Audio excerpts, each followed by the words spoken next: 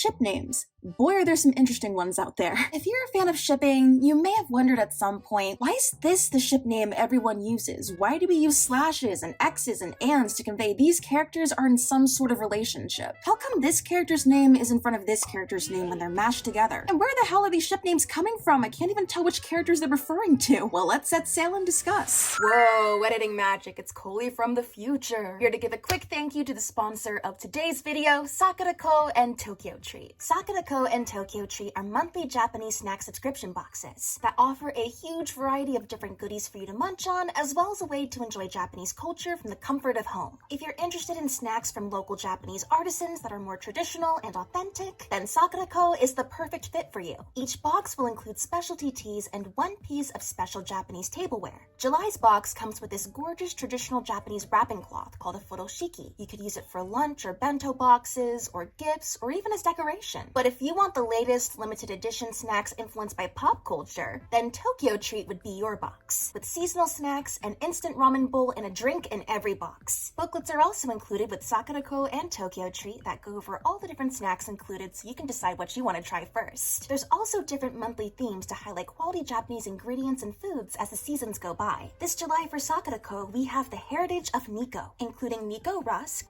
I remember as a kid, my mom would take French bread that was starting to get stale and then put it in the oven, toast it, sprinkle some sugar on top, and then dip it into condensed milk. It's basically like that, but with a Japanese twist. This is taking me straight back to my childhood. I had like a mini Ratatouille moment. There's the Waka Ayu marshmallow, which is shaped like an ayu or a sweet fish, but I personally think it looks like a shark. Shark Week is coming up in a couple of weeks, and it's being hosted by Jason Momoa this year. You don't know how excited I am for that. This would make a fantastic s'more. Yummy sesame tetra. They're little sesame balls. Oh dang, this is good. This is actually really satisfying. Crunchy, savory, and satisfying. And sesame anko donuts. This reminds me of like the little bites snacks you'd have as a kid, but instead it's filled with red bean and there's sesame and it tastes 10 times better. This is dangerous. This is really dangerous. I'm coming for more of you. For Tokyo Treat, we've got Okinawa Seaside Snackin'. There's the Okinawan sweet potato chinsuko. That's interesting. I thought it'd be basically like a biscotti, but even though it kind of tastes like one, the texture is very different. It tastes kind of like a crumbly sweet potato in the best way. And grape whistle gum. Fun fact, I actually can't whistle, so this might be a fun substitute. And now it's grape flavored gum. Sakura Co. and Tokyo Treat are delicious, amazing ways to get a taste of Japan right at home. So if you're curious and want to try either of them, use my code Coley for $5 off your first Sakura Co. or Tokyo Treat box through my link in the description. There's tons of different sweets, snacks, and teas to try. And as a big foodie, I'm ecstatic every month I get the boxes. Thank you so much, Sakura Co. and Tokyo Treat, for being a longtime supporter of the channel and my content. Let's get back into it. How do ship names work? Why can't I just type character A and character B into the search bar if I want to see ship stuff? Well, you can, but it's unlikely you're going to be getting everything you could be seeing. Not to mention it's pretty vague, and there's going to be a lot of random non-ship stuff thrown into the mix. And do you want to see character A and character B romantically, platonically? Ship names can be set up a number of different ways, and there's always new mechanics coming about as fandom continues to evolve over the years. But here are the most well-known and widely used methods. A slash in between character names, for example, Superman / Batman. Fun fact, the usage of a slash literally is the reason why slash and fem/slash pairings, male-male and female-female pairings respectively, are called slash pairings, although it's since been used for any and all ships. It came from Kirk/Spock shippers who wrote fanfic for them in the 70s. Also, another fun fact, sometimes literal ship names also use slashes to separate letters, i.e. S/S. It all comes full circle. The and is used to denote platonic relationships, for example, Tim and Cassie. This also came from Trekkie housewives in the 1970s. We really owe a lot of our Western fandom history to them. And X between character names, for example, Naruto x Sasuke. It originated and is still very heavily used in Japanese fandom and other Eastern fandoms in general, but it's synonymous with the slash sign. Different platforms favor different ones. For instance, Wattpad you see more of the X's, and AO3 you see the slashes. Honestly, the X format was one of the first ways I first started with shipping. Name blending, like portmanteaus or compound words. For example, Bubbaline, Harl Ivy, Creek, Honleia. Pop slash, NSYNC, and Backstreet Boys shipping made this trend popular in the early 2000s, and it was quickly followed by Buffy the Vampire Slayer, Harry Potter, and Smallville. And thus, Dreary was born. What's crazy is that portmanteau ship names ended up bleeding into the mainstream media and became a thing for real-life celebrity couples. Remember Bettifer and Brangelina? That was because of pop/fic. This method of ship naming can be easier to use than having to fully type out character A x character B, or character A/character B, or character A and character B, and the resulting combo names can get really creative and cute. But it's not as intuitive as simply putting an X or a slash or an and between character names, because there's a lot of different ways you can smash people's names together. Like if someone was just getting into the Owl House and was searching for Luz and Amity fan art, they wouldn't instantly know the ship name was Lumity, so they'd also be probably trying out Amanuz or Amaluz or Lucity. There also may be other words besides the character names involved if they're related to the characters in some way, like Supercorp, super referring to Kara's superhero identity, Supergirl, and Corp referring to Lena's billionaire businesswoman girl boss status. Puns are also typically favored as well. Take pepperoni or violin. Words or phrases thematic to character traits. For example, monochrome, aka Weiss and Blake from Ruby, and it refers to their black and white color schemes. Or Wolfstar from the Marauders fandom. You've got Remus Lupin, who's a werewolf, and Sirius Black, who's named after a star. One funny instance of this naming convention comes from the Heaven Officials Blessing fandom, where there's a ship between the Earth Master, who eats a lot, and the Wind Master, who is gender. With all of that info, there's a lot you could work with to figure out a ship name, but what did the fans end up latching onto? Beef Leaf. Why?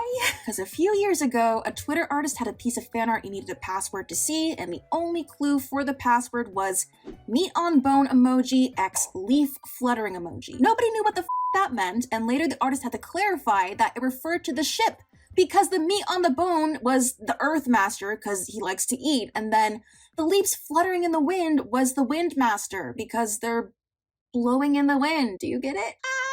Words or phrases to describe the relationship. For example, with the Yu-Gi-Oh! And Pokemon fandoms, the ship name protocol is to pick a word and tack on shipping after it. For example, puzzle shipping is the ship between Atem and Yugimoto, and rocket shipping is the ship between Jesse and James. This method of shipping can help differentiate between ships in media where characters may share names, or there's different canons, or adaptations, or timelines. And besides blank shipping, you also have blank cest, like plant cest from Trigun, which is the ship between Nye and Vash, who are artificial organic life forms called plants, and also brothers. And Wincest, the ship between the Winchester brothers in Supernatural. There's a bunch of other ship naming conventions out there. You've got names taken from events related to or involving the characters, acronyms. Hell, the Gundam fandom uses numbers for the characters, and so when you have the X's thrown into the mix, it looks like full-on multiplication tables. Depending on the fandom, the order of the names in a ship may or may not have any significance. More on that in a bit. And if a character goes by multiple names, it really boils down to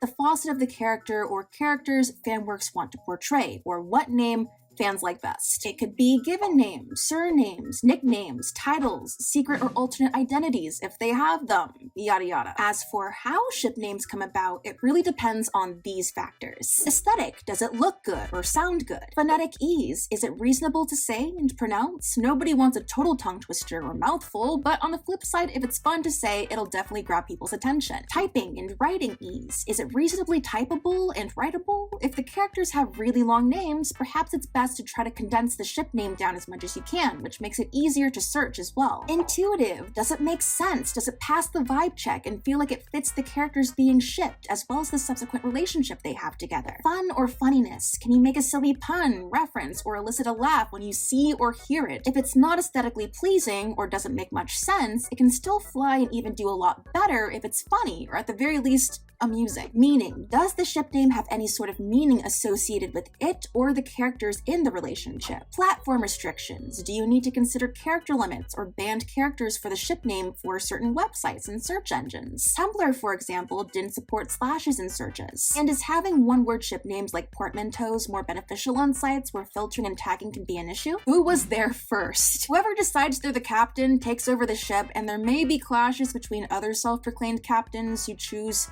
whichever name's gonna come out on top. Is it Winter or Huntlow? Vote now. The era. What is fashionable for ship names at the moment? Name blending, slashes, numbers, something completely new? A good ship name can really take you places. Heck, there's some ships I'm completely indifferent to or don't even like that much. But if they have a cool ship name, I'm like, well, hang on.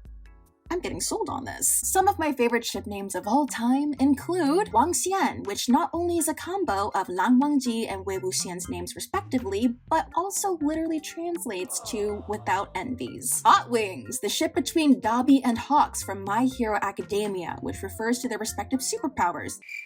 Quirks. Stark Spangled Banner, the trio ship between Tony Stark, Steve Rogers, aka Captain America, hence Spangled, and Bruce Banner. Stark Spangled Banner. Get it? Complaint.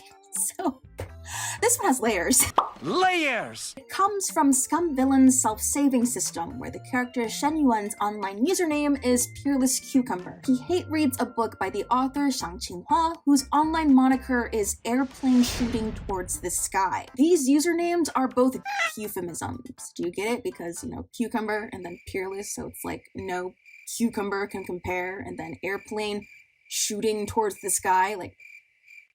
So when you put together cucumber and airplane, you get complain. And it doubles as a pun because Shen Yuan is always complaining to and about Shang Qinghua. And because their usernames are both euphemisms, well, Matcha Blossom, the ship between Cherry and Joe from Skate the Infinity. Matcha refers to Joe's green hair, and Blossom refers to Cherry's pink cherry blossom hair and general cherry blossom motif. Chili, the ship between Child and Zhongli from Genshin Impact. Not only is it their name smooshed together, it also sounds like chili or chili peppers. Tragically, people started gravitating towards using Tartali more, just because whenever you'd search chili, you'd also get chili recipes or pictures of peppers, and I think people felt bad for spamming those tags too. Like, imagine it's a Tuesday night and you just want to make some crock-pot chili, and then you search it up only to be bombarded with pictures of two pretty guys in elaborate clothes boinking. I mean, I wouldn't complain, but still. Tomato, the ship between Toma and Ayato, also from Genshin Impact. Yummy ship indeed. Penis, the ship between Peeta Malark and Katniss Everdeen from Hunger Games. Well, and I mean, to be fair, there aren't really a lot of options out there, and Cat P isn't much better.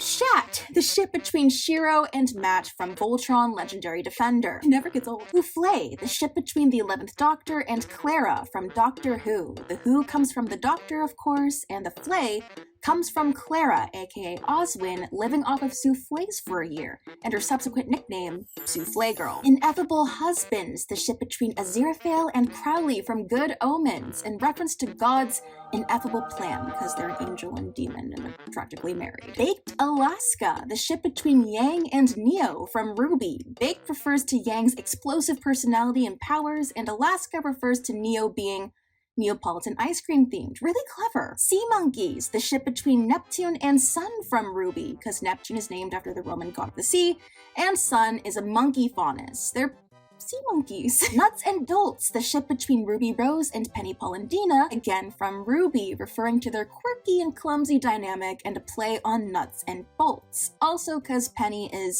was a robot. Dude, Ruby has so many great ship names. They have a spreadsheet telling you which ship names refer to which characters. It's insane. How are ship names suggested in the first place? The forefathers of the ship, aka the captains, aka the people who get on the ship first, usually call the shots and throw spaghetti at the wall, playing with different ship configurations and formats until they find something that sticks. And as the ship name ripples throughout their circle and sails into other circles of the fandom, it kind of just spreads. And at some point, it becomes recognizable throughout the whole fandom. If there are multiple names for the same pairing that start circulating around the same time, it really comes down to whichever one ends up more popular or gets used more. And sometimes somewhere down the line, if it ends up pivoting to a new name, it really just starts when some rando takes initiative and is like, hey, we should find a more creative name for this ship, it kind of blows. They come up with a new one everyone likes better, and the ship name shifts to accommodate the newly favored ship name. It's really whatever the general shipping community latches onto. And if there ends up being a whole bunch of varying ship names for the same pairing that all end up sticking,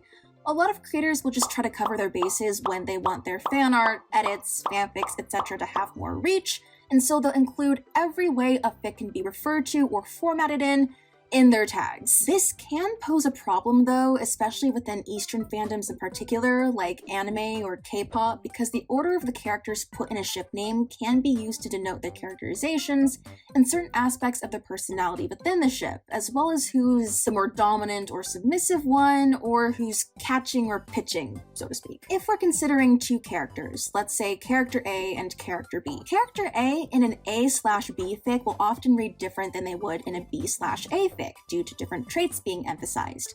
They could be much more assertive or headstrong or dominant in an A/B fic, whereas in a B/A fic, they're more laid back and pliant and submissive. If someone has a clear preference of what they want to read, for instance, Kaveh and I'll Hate Them, and they click on the ship name they're looking for only to be met with the opposite ship dynamic of what they wanted, in many circles, it's usually frowned upon and considered bad manners. In other fan circles, the order of the names really don't matter, and some people might be like, well, why does it matter which character is the more dominant or more submissive one? Reader reactions can range from slight annoyance to turning into a full-on internet brawl. People want to read what they want to read, and it can get intense. So, what are your favorite ship names out there? What's your favorite way to name ships? Can you come up with any good ones? When you search for ships you want to read about, do you take name order into account? Are there any ship names out there you wish you could change? If you have any other thoughts, comments, or questions you want to throw out there, then leave them in the comments. Thank you again so much for watching. I hope this was a help and you learned something new, and I'll see you in my next video. Bye!